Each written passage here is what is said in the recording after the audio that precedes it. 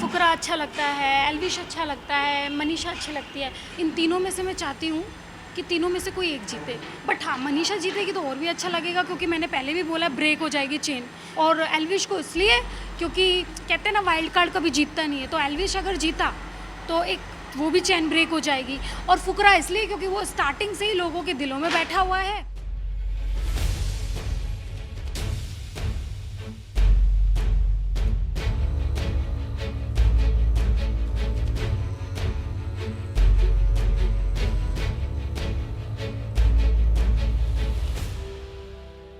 नहीं, मेरा नहीं मिसबिहेव नहीं हुआ, वो बहुत पहले की स्टोरी है।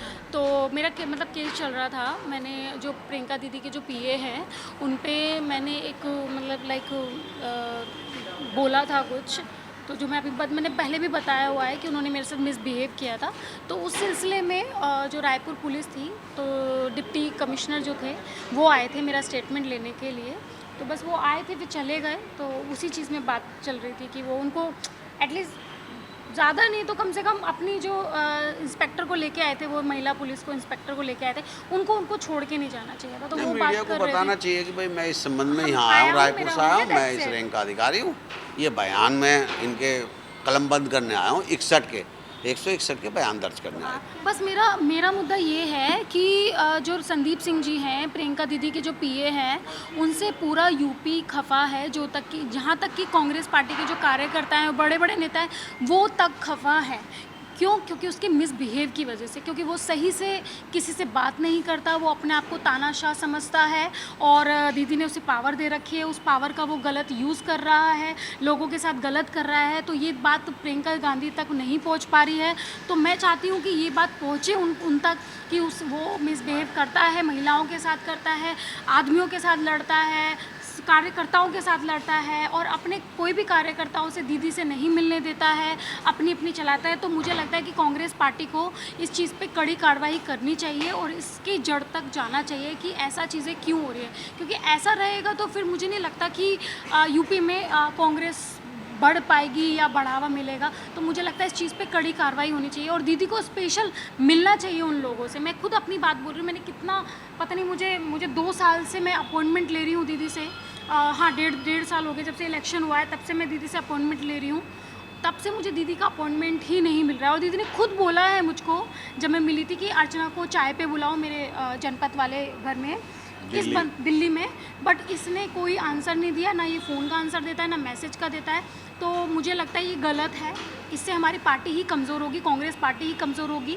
तो इस चीज़ पे एक्शन लेना चाहिए और इसकी ना असलियत आनी चाहिए, और इसकी जो असलियत सामने लाएगा उन लोगों को बुला के एक बार मीटिंग करनी चाहिए। देखना चाहिए कि आपकी पार्टी में ही ऐसा इंसान है जो आपकी पार्टी को ही खोखला कर रहा है, कांग्रेस पार्टी को ही खोखला कर रहा है, हमारी पार्टी को। बस मैं ये कहना चाहती हूँ कि जो मेरा केस रायपुर गया है, ट्रांसफ़र हुआ है, और उसकी इतनी बड़ी पावर है कि उसने अपनी ही गवर्नमेंट में, यानी हमारी गवर्नमेंट है कांग्रेस पार्टी, तो वहीं पे ही मतलब अपना जो केस है वो वहीं पे ट्रांसफ़र किया है हमको कमज़ोर बनाने के लिए। तो मैंने बस यही अपील दी है कि मैं चाहती हूँ कि जो मेरा केस है वो यूपी में ट्रांसफ़र हो, कि मेरी अर्चना के साथ बहुत अच्छी है।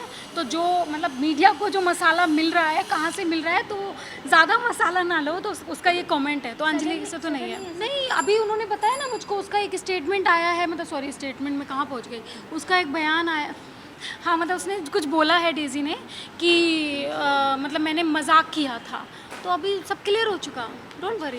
बट हाँ, जो यूट्यूब पे देखती हूँ तो मतलब अच्छा लगता है मुझे, मतलब ऐसा फुकरा अच्छा लगता है, एल्विश अच्छा लगता है, मनीषा अच्छी लगती है। तो ये लोग मुझे अच्छे लगते हैं देखने में। अब ज़्यादा फॉलोवर्स वालों को लाओगे तो चैनल को भुगतना पड़ेगा ना। पहले बिग बॉस कितना अच्छा था, अपना सेलिब्रिटी आते थे, कुछ नहीं था, मस्त था। बट जब से अब भाई लाओ 10 मिलियन फॉलोवर्स को, 20 मिलियन फॉलोवर्स को लाओ, फिर भुगतो। फिर अब मैं चैनल को और क्या बोलूँ, फिर मैं तो चैनल को यही बोलूँगी ना, पहले का बिग बॉस अच्छा था, तो आप ऐसे ही करते थे ना, सिंपल। क्यों आपको प्रैक्टिकल करना, क्यों एक्सपेरिमेंट करना कि आप इतने ज़्यादा फॉलोवर्स को लाओगे, 10 मिलियन। आप जब 10 मिलियन, 20 मिलियन, 30 मिलियन, 50 मिलियन वाले फॉलोवर्स को लाओगे, तो भाई उनके फैंस थोड़ी ना चुप बैठेंगे, तो वो भी बोलेंगे ना। तो सबसे अच्छा तरीका है कि अभी जो 17 की कास्टिंग हो, तो वो फॉलोवर्स ना देख के उन लोगों को देख के एंटरटेनमेंट देख के कास्टिंग की जाए तो ज़्यादा अच्छा है, वरना फिर वही जैसे पिछले सीज़न में हुआ था, किसी के फॉलोअर्स आ गए थे बिग बॉस के बाहर पेट्रोल लेके कि हम बिग बॉस का सेट जला देंगे, वैसे ही होगा ये भी फिर कि अभी अगर किसी दूसरे को ट्रॉफी मिली, अगर इसको ट्रॉफी नहीं मिलेगी तो हम बिग बॉस का सेट जला देंगे, हम नशे काट लेंगे, तो ये चीज़ें होगा। तो इस चीज़ में मुझे लगता है कि गुंडागर्दी को बढ़ावा दिया जा रहा है, जबकि चैनल को ऐसा नहीं करना चाहिए।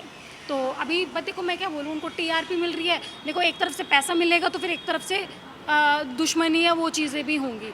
तो अब जब इतने बड़े बड़े फॉलोअर्स वालों को लाओगे तो फिर भुगतना भी उनके फैनों को आपको ही पड़ेगा। किस्मत कहाँ लेके जाती है भाई, मेरे फैंस पता है बेचारे बिग बॉस में ही बने हैं, जो भी थोड़े बहुत फैंस हैं ना, मेरे फैंस ऐसे नहीं हैं कि मतलब लाइक समझ रहे हो, बट मेरे फैंस बहुत पजेसिव हैं, मेरे फैंस मुझे बहुत अच्छा देखना चाहते हैं, मैं भी चाहती हूँ थोड़ा थोड़ा अच्छा करो उनके लिए। अच्छा, जैसे कि आपने कहा बिग बॉस से ही आपके फैंस बने बट हैं। अभी आप बिग बॉस के बारे में ही बोल रहे थे कि ऐसा नहीं नहीं होना मैंने चाहिए। कब बोला बिग बॉस के बारे आपने में, जैसे कहा ना कि TRP मैंने के लिए वो करते हाँ हैं। ये पता है मैं क्या कहना चाहती हूँ, आपने पहला बिग बॉस देखा कैसा होता था, किसी पे कोई दबाव नहीं होता था। अभी क्या होता है कि जब आप बड़े ज़्यादा फॉलोवर्स को वाले इंसान को लेके आते हो, यूट्यूबर की बात नहीं कर रही हूँ मैं सबकी बात कर रही हूँ, आप किसी को लेके आते हो तो आप जब लेके आते हो तो आप फिर मतलब एक्सपेक्ट करते हो कि वो ना करे, तो देखो जिसके फॉलोवर्स है वो तो करेंगे ना भाई।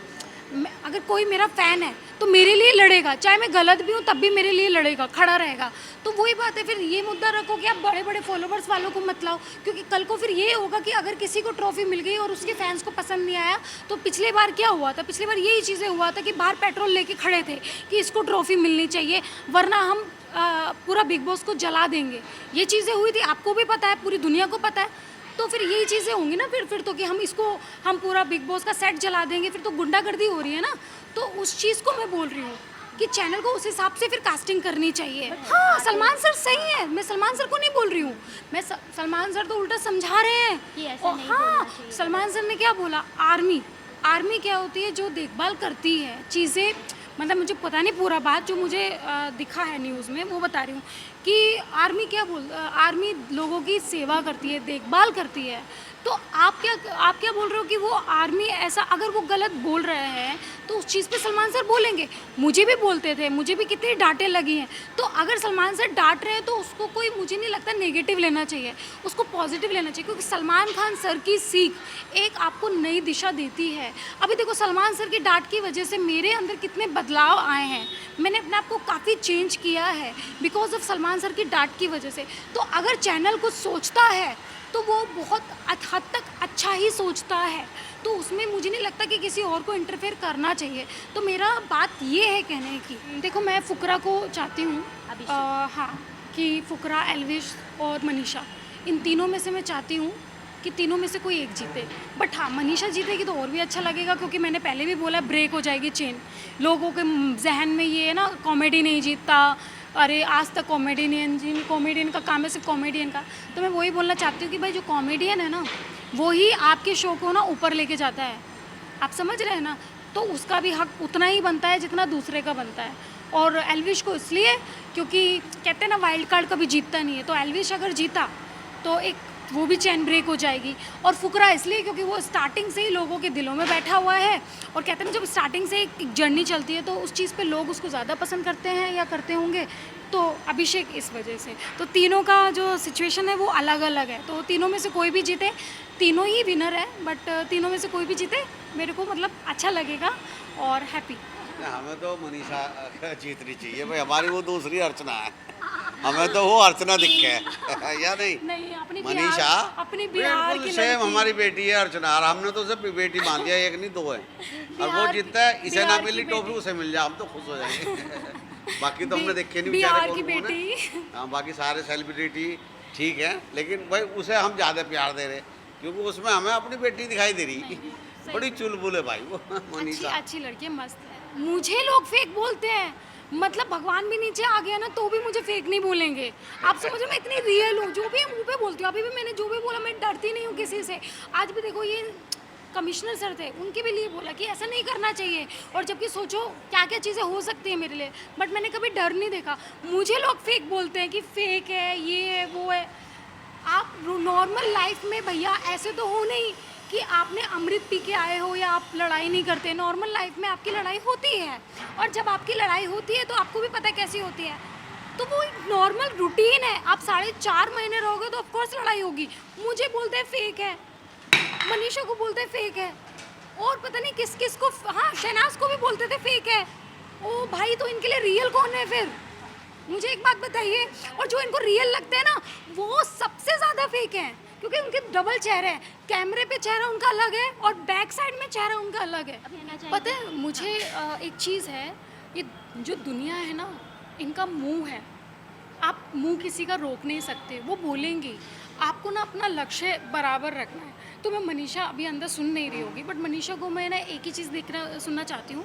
आपकी पता है बिग बॉस के बाद आपकी लाइफ बिल्कुल चेंज हो जाती है। कहते हैं ना, जब हाथी चलता है कुत्ते भौंकते हैं, तो उससे फ़र्क नहीं पड़ता है। तो मैं एक कहानी आपको बताऊंगी, वो ज़िंदगी में याद रखना। मैंने जस्ट रील पे देख रही थी, एक चीता और एक गधे की ना बहस हो जाती है।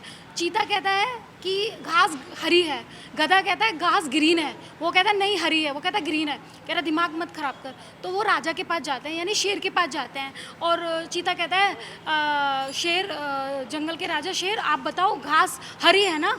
तो कहता है तो गधा कहता है नहीं शेर, घास ग्रीन है, वो सॉरी ब्लू है। तो राजा कहता है, शेर कहता है चीते तूने क्या जवाब दिया? कह रहा मैंने बोला घास हरी है। तो कहता है गधे ने क्या जवाब दिया? कहता है वो ब्लू है। तो राजा कहता है, यानी शेर कहता है हाँ तो घास ब्लू है। तो चीता कहता है क्यों ऐसा? कह रहा भाई तेरे से बड़ा गधा कौन है कि तू गधे से बहस कर रहा है, जाओ इसको जेल में डालो। तो मैं यही बात बोलती हूँ, आप रुको मत, दुनिया भोगेगी। आपको कुछ लोग पसंद करेंगे और कुछ लोग नहीं पसंद करेंगे। ज़रूरी नहीं कि पूरी दुनिया आपको पसंद करे, बट जो आपको पसंद करते हैं वो आपको दिल से पसंद करते हैं। तो मुझे नहीं लगता कि किसी का इंटरफेयर पसंद होना चाहिए या नहीं, उनको उनका काम है। क्योंकि अगर लाइफ में हेटर्स नहीं रहेंगे ना, आप तरक्की नहीं कर पाओगे। तो हेटर्स रहना भी बहुत ज़रूरी है। आप समझ रहे हैं ना? चाहे शाहरुख खान जी के भी हेटर्स हैं, सलमान खान जी के भी हेटर्स हैं, सबके। तो हेटर्स होना बहुत ज़रूरी है, क्योंकि प्यार करने वाले तो बहुत होते हैं, हेटर्स बहुत कम होते हैं। आप समझ रहे हैं? तो भाई तुम लोग ले लो। अरे मतलब फुटेज का प्रॉब्लम, अरे चैनल हमें फुटेज देता है और हम लेते हैं आपके दम पे। तो पूरा सीजन में फुटेज लो ना आप अपनी। आप देखो सब, अभी देखो सबसे ज़्यादा प्रोमो कटते होंगे, किस पे कटते हैं? मनीषा पे कटते हैं ना। बिग बॉस 16 में सबसे ज़्यादा प्रोमो मेरे पे कटे हैं। तो मैंने फुटेज ली है, मैंने उसमें अफेक्ट डाले हैं। पर भले जाने लड़ाई करके, अगर मैं लड़ाई नहीं करती थी ना बिग बॉस में, तो दूसरे हफ्ते में ही मैं घर जाती थी। आप समझ रहे हो? क्योंकि ना मैं कलर्स फेस थी, ना मैं कोई बड़ी सेलिब्रिटी थी, ना मेरे पापा ने पैसे भरे थे, ना मेरी कोई सोर्स लगी थी। आप समझ रहे हैं? तो मैं एक नॉर्मल इंसान थी। तो अगर मैं ये सब करती नहीं तो मुझे दूसरे हफ्ते ही टाटा बाय बाय कर दिया जाता। मैं यहाँ तक टिकती नहीं और लोग मुझे इतना पसंद नहीं करते। तो वो होना भी ज़रूरी है। तो जो मनीषा कर रही है वो अच्छा कर रही है और ऐसे ही करती रहे, ठीक है? Thank you so much. हाँ, इनको जवाब देना चाहिए कि भैया कॉमेडियन कोई एम ही नहीं है। कॉमेडी करने में कितना पापड़ बिलते हैं, कितनी एफर्ट लगता है, वो हम भारती और हर्ष और कितने कॉमेडियन हैं उन लोगों को पता है। जो असली कॉमेडियन है उन लोगों को पता है कि कॉमेडी करने में कितने एफर्ट्स लगते हैं। दुनिया को रुला बहुत आसानी से दिया जाता है, बट हंसाया बहुत मुश्किल से जाता है। तो मैं बहुत प्राउड करती हूँ कि मैं इस काबिल बनी हूँ कि मैं दुनिया को हंसा रही हूँ, ना कि रुला रही हूँ। Thank you so much. Thank you so much.